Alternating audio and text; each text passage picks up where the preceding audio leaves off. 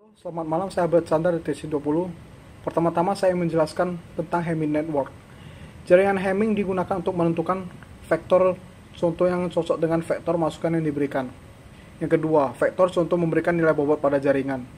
Ketiga, jaringan Hamming memiliki konstanta jarak Hamming, yaitu nilai menunjukkan ukuran kemiripan dari vektor masukan dengan vektor contoh. Dengan kata lain, jarak Hamming mendefinisikan seberapa baik komponen vektor contoh dan vektor masukan yang berbeda. Dan yang keempat, dalam jaringan jarak Hamming digunakan untuk mengukur kemiripan antara dua vektor dan jaringan model MaxNet yang digunakan sebagai subjaringan untuk menentukan unit yang memiliki masukan terbesar. Network ini juga dirancang secara eksplisit untuk memecahkan masalah pengenalan pola binar. Network ini memiliki lapisan feed-forward dan recurrent. Selanjutnya saya ingin menjelaskan tentang feed-forward neural network.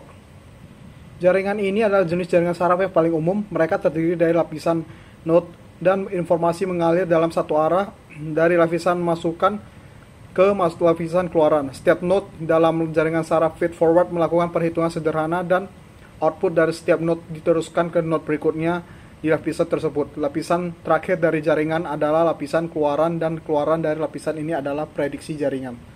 Jaringan saraf feed-forward digunakan untuk berbagai tugas termasuk klasifikasi gambar, pemrosesan bahasa alami, dan pengenalan suara. Mereka juga digunakan untuk tugas-tugas melibatkan prediksi nilai berkelanjutan seperti memprediksi harga saham atau rating film. Arsitektur jaringan saraf feed-forward biasanya berupa tumpukan lapisan.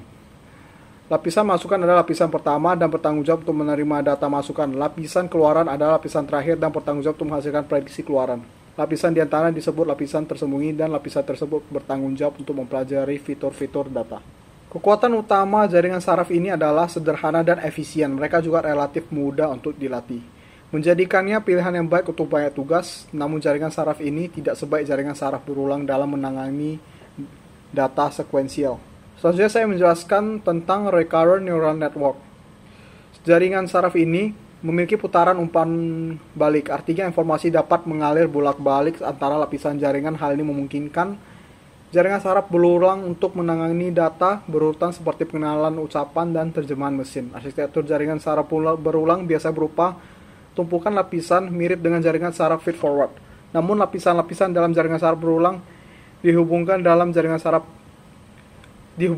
satu lingkaran, sehingga keluaran dari setiap lapisan dapat diumpankan kembali ke masukan dari lapisan yang sama. Hal ini memungkinkan jaringan untuk mempelajari hubungan temporal antara titik data.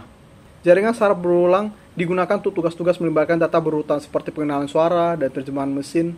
Mereka juga digunakan untuk tugas-tugas yang melibatkan prediksi urutan seperti memprediksi kata berikutnya dalam sebuah kalimat atau memprediksi langkah selanjutnya dalam permainan.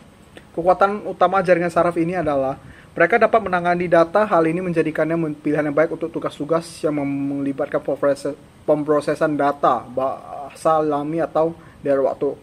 Namun, jaringan ini berulang mungkin sulit untuk dilatih dan memerlukan biaya komputasi yang mahal untuk dijalankan. Sekian presentasi saya malam ini.